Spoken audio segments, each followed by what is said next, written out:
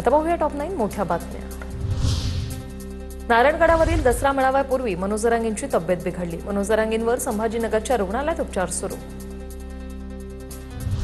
अमित शहा 5 ऑक्टोबरला अहिल्यानगर जिल्ह्याच्या दौऱ्यावर साईबाबांच्या समाधीचं दर्शन घेणार। तसंच पद्मश्री विठ्ठलराव विखे पाटील यांच्या पुतळ्याच्या अनावरण कार्यक्रमाला उपस्थित राहणार। निवडणुकीपेक्षा शेतकऱ्यांच्या मदतीकडे लक्ष द्या। भाजप वरिष्ठांचे पदाधिकारी आणि कार्यकर्त्यांना आदेश। शेतकऱ्यांना मदत करताना स्वतःची जाहिरात करणं टाळा, भाजपच्या नेत्यांच्या सूचना। संदीप देशपांडेंच्या दादरमधील इंदोरी चाट आणि बरंच काही या उपहारगृहाला राज ठाकरेंची भेट। राज ठाकरेंनी घेतला विविध खाद्यपदार्थांचा आस्वाद।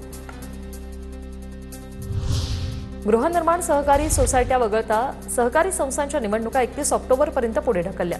अतिवृष्टीमुळे जनजीवन विस्कळीत झाल्याने सहकार विभागाचा निर्णय। सर्वोच्च किंवा उच्च न्यायालयाकडून ज्या सहकारी संस्थांची निवडणूक घेण्याचे आदेश ती प्रक्रिया मात्र पूर्ण करणार।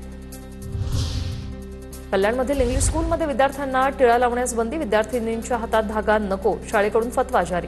संतप्त पालकांची शिक्षण विभागाकडे तक्रार दाखल। कांताबाई चंदूलाल गांधी इंग्लिश स्कूलला पालिकेची नोटीस। अनिल अंबानींची संबंधित मालमत्तांवर ईडीकडून छापेमारी। मुंबई आणि इंदोरमध्ये एकूण 6 ठिकाणी छापेमारी। फेमा कायद्याचं उल्लंघन झाल्याप्रकरणी छापेमारीची कारवाई। मनी लॉन्ड्रिंग संदर्भात गुन्हा दाखल करून चौकशीला सुरुवात। अपहरण नाही, पाहुणचार केला, मनोरमा खेडेकर यांचा न्यायालयात दावा। मुलीच्या यूपीएससी निवडी संदर्भातील वादामुळे मला फसवण्यात आलं। अपहरण प्रकरणात पूजा खेडेकरची आई मनोरमा खेडेकरचा दावा।